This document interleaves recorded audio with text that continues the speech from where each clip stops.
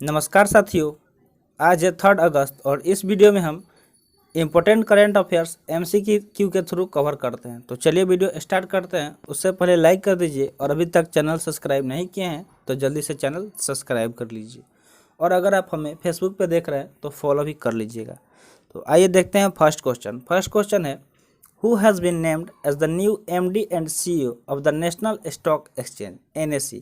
यानी NSE मतलब क्या होता है, नेशनल स्टॉक एक्सचेंज। तो यहाँ से आप ये फुल फॉर्म भी याद रख सकते हैं कि NSE यानी कि जो स्टॉक मार्केट में ये टर्म आता है NSE, जिसका मतलब होता है नेशनल स्टॉक एक्सचेंज। तो उसके नए MD और CEO के रूप में किसका नाम दिया गया है? तो ऑप्शन आपके सामने है। अगर बात करें इसके करेक्ट आंसर का तो करेक्ट आंसर क्या हो जाएगा? ऑप्शन ए यानी कि आशीष चौहान। तो आशीष चौहान को का नाम दिया गया है नए MD और CEO के रूप में नेशनल स्टॉक एक्सचेंज के लिए। तो आइए इससे जुड़े कुछ इंपॉर्टेंट पॉइंट देख लेते हैं। तो देखिए, market regulator SEBI has named Ashish Chauhan as the new MD and CEO of the national stock exchange. देखिए, मार्केट रेगुलेटर कौन होता है? सेबी क्या है? एक मार्केट रेगुलेटर है जो मार्केट को क्या करता है? रेगुलेट करता है। तो उसने क्या किया है? आशीष चौहान को नए MD और CEO के लिए नाम दिया है। Ashish Chauhan is currently the MD and CEO of Bombay stock exchange. जो बॉम्बे स्टॉक एक्सचेंज है, जिसको शॉर्ट में BSE बोलते हैं, उसके वो अभी करेंटली MD और CEO हैं। कौन? तो आशीष चौहान। उनका ही नाम सेबी द्वारा दिया गया है NSE के लिए। He is known for reviving the exchange which was on the edge of a shutdown in 2009। 2009 में जब मार्केट, जो एक्सचेंज मार्केट है, वो एकदम शटडाउन होने वाला था, तो उसको उन्होंने ही पूर्ण जीवन दिया। इसलिए उनको रिवाइविंग के नाम से जाना जाता है, रिवाइविंग द एक्सचेंज के नाम से जाना जाता है। ठीक है। BSE and it's subsidiary CDSL launch successful IPO under his leadership. और जो BSE और इसकी सहायक है CDSL, उनके नेतृत्व में सफल IPO लॉन्च किया। ठीक है, इन्होंने क्या किया? उनके ही नेतृत्व में IPO लॉन्च किया था। तो आई होप इतना चीज़ क्लियर हो गया होगा इस क्वेश्चन के थ्रू। बढ़ते हैं नेक्स्ट क्वेश्चन की तरफ। नेक्स्ट क्वेश्चन है, the craft village scheme is an initiative of which union minister. देखिए, क्राफ्ट विलेज स्कीम है, ये किस केंद्रीय मंत्रालय का एक पहल है, वो पूछा जा रहा है। तो ऑप्शन आपके सामने है। अगर जिस भी क्वेश्चन का आंसर आपको पता है तो कमेंट सेशन में जरूर कमेंट कीजिएगा। तो आइए हम बात करते हैं करेक्ट आंसर का। तो ये करेक्ट आंसर इसका क्या हो जाएगा? यूनियन मिनिस्ट्री ऑफ टेक्सटाइल, यानी कि केंद्रीय कपड़ा मंत्रालय जो है उसका ही ये इनिशिएटिव है, जिसका नाम क्या है? The crafts village scheme. ठीक है। तो आइए इससे जुड़ी कुछ इंपॉर्टेंट फैक्ट्स देख लेते हैं। तो देखिए, the crafts village scheme aims to develop handicraft as a sustainable livelihood option for artisan in cluster. यानी कि जो द क्राफ्ट विलेज स्कीम का उद्देश्य क्या है कि समूहों में कारीगरों के लिए एक स्थायी आजीविका विकल्प रूप से हस्तशिल्पों को विकसित करना है। ठीक है, ये जो भी हस्तशिल्प है उनके लिए विकसित करने के लिए। It is an initiative of union textile ministry for linking textile with tourism. और ये क्या है? यह लिंकिंग टेक्सटाइल विथ टूरिज्म के लिए केंद्रीय कपड़ा मंत्रालय का एक इनिशिएटिव है, यानी कि पहल है। It's aim to promote craft and tourism by providing infrastructure support to handicraft cluster. यानी कि इसका उद्देश्य क्या है? कि इसका उद्देश्य हस्तशिल्प समूहों को बुनियादी ढांचा सहायता प्रदान करके शिल्प और पर्यटन को बढ़ावा देना है। ठीक है। 8 craft villagers are selected under the scheme. They are Tirupati Andhra Pradesh, Vajad Gujarat, Naini Uttar Pradesh, Raghurajpur Orissa, Annegundi Karnataka, Mahabalipuram Tamil Nadu, Tajganj Uttar Pradesh और अमेर राजस्थान। तो देखिए, इस योजना के तहत 8 शिल्प गांवों को चयन किया गया है और वो इनका नाम यहाँ पे दिया गया है। तो ये नाम क्या क्या है? तो तिरुपति आंध्र प्रदेश, वडाज गुजरात की है, नैनी उत्तर प्रदेश, रघुराजपुर ओडिशा, आनेगढ़ी कर्नाटक, महाबलीपुरम तमिलनाडु, ताजगंज उत्तर प्रदेश और आमेर राजस्थान। तो ये सारी चीज़ थे, इससे जुड़े इंपॉर्टेंट पॉइंट। तो इसको याद रख लीजिएगा और जो भी इसमें इंपॉर्टेंट पॉइंट है उसको मार्क कर लीजिएगा। ठीक है, या फिर एक नोटबुक पे नोट करते रहिएगा।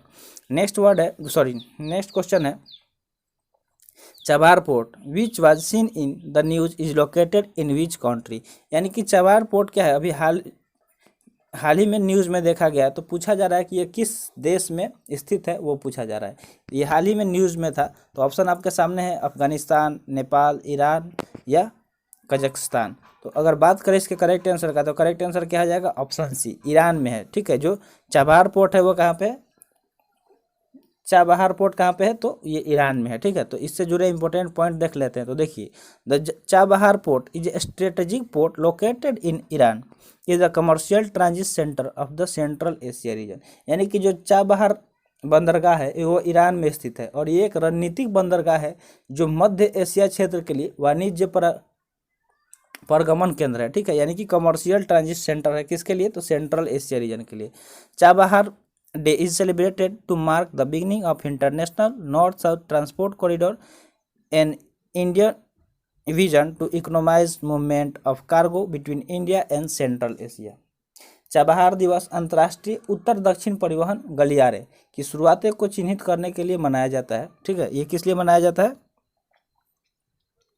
तो जो मतलब अंतर्राष्ट्रीय उत्तर दक्षिण परिवहन गलियारी है, यानी कि कॉरिडोर है, ट्रांसपोर्ट कॉरिडोर, उसको शुरू करने के लिए। On the occasion of Chabahar day, union port shipping and waterway ministry along with the Indian ports global limited IPGL, which was formed to participate in Chabahar development project, organized a conference in Mumbai।